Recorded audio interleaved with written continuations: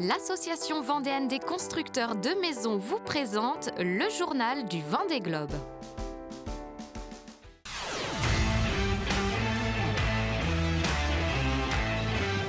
Trentième jour de course de cette 10e édition du Vendée Globe, les 38 skippers de la flotte se répartissent sur plus de 5500 milles nautiques.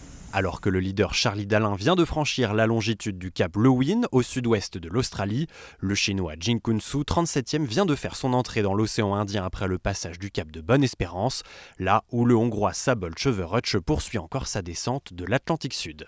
En deuxième position, week-end mouvementé sur Groupe du Breuil pour le Vendéen Sébastien Simon qui a subi la casse de son foil tribord.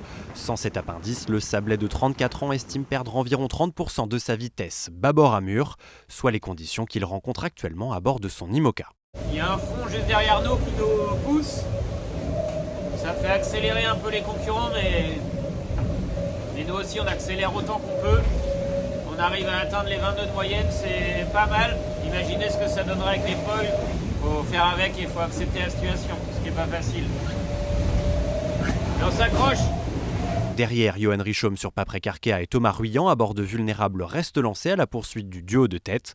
Tous deux naviguaient dans des conditions très musclées ces dernières heures. Il y a 35-40 nœuds très réguliers, 36 de moyenne. J'essaie de gagner vers le sud pour m'éviter des empannages un peu plus tard, essayer de glisser avec ce vent fort vers la zone des glaces. Je fais un peu le dos rond là.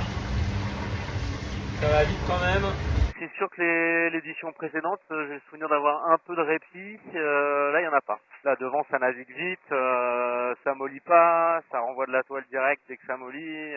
Faut pas perdre le rythme. J'espère qu'il y aura des opportunités de recoller. Dans le rétroviseur du Quatuor, plusieurs groupes de poursuivants se distinguent. Un premier paquet de 5, guidé par l'IMOCA Charal de Jérémy Bayou. Un second composé de 4 skippers, fermé par Clarisse Crémer sur l'Occitane en Provence. Et un troisième au nord des îles Kerguelen, trio dans lequel on retrouve notamment Romain Attanasio. Et là, il fait un froid de canard, vous voyez, c'est tout gris. Il y a 32. Olé. Le bateau, il part. Merde. Il part et il plante. C'est comme ça, quoi. Les groupes de la première moitié de flotte naviguent bien plus au sud que l'autre moitié, composée en grande partie des bateaux à dérive. Ceux-ci ont joué la carte d'un passage plus septentrional pour bénéficier de conditions plus calmes, en avant d'une dépression qui fond progressivement sur leur position. On a tous voulu faire la route la plus courte, et en fait on s'est tous pris 50 nœuds. Tanguy a pété des lattes, moi j'ai rempli le bateau, Violette s'est fait peur. Le problème c'est pas tant la force du vent, c'est la mer que ça génère. Et en fait, nos bateaux, ils sont pas capables d'accélérer dans 6 mètres, 7 mètres de creux, quoi. À l'exception du hongrois Szabolcs Söderöcs, l'entièreté de la flotte a à minima atteint l'Afrique du Sud, point de chute de Louis Burton. Après son abandon le 5 décembre, le skipper de Bureau Vallée est amarré à Cape Town depuis dimanche matin.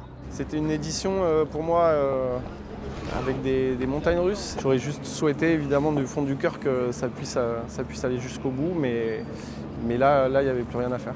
Il y a mon équipe qui est arrivée avec du matériel pour remplacer tout ce qui a cassé. On va refaire encore des renforts sur les réparations de coques et de ponts et reprendre la mer dès que c'est possible pour rentrer en Europe. Au classement de ce lundi 9 décembre, au 30e jour de course, Charlie Dalin continue de caracoler en tête. Le skipper de Massif affiche 150 000 d'avance sur Sébastien Simon 2e. L'Allemand Boris Herrmann fait son entrée dans le top 10. Le skipper de Malaysia Sea Explorer est suivi de près par Justine Métro, Samantha Davis et Clarisse Crémer. La Britannique Pip Air ferme la marche du groupe de 16 skippers en tête répartis sur moins de 1800 milles. En 21e position, on retrouve Tanguy le Turquet. Ce week-end, le skipper de Lazare a perdu une voile et a effectué plusieurs réparations après avoir cassé 3 lattes de grand voile. 31e à bord de Human Immobilier, Antoine Cornic déplore la perte d'une de ses voiles, sont fractionnées, déchirées en deux. Les Sablais Denis Van Winberg et Emmanuel Cousin évoluent respectivement en 34e et 35e position.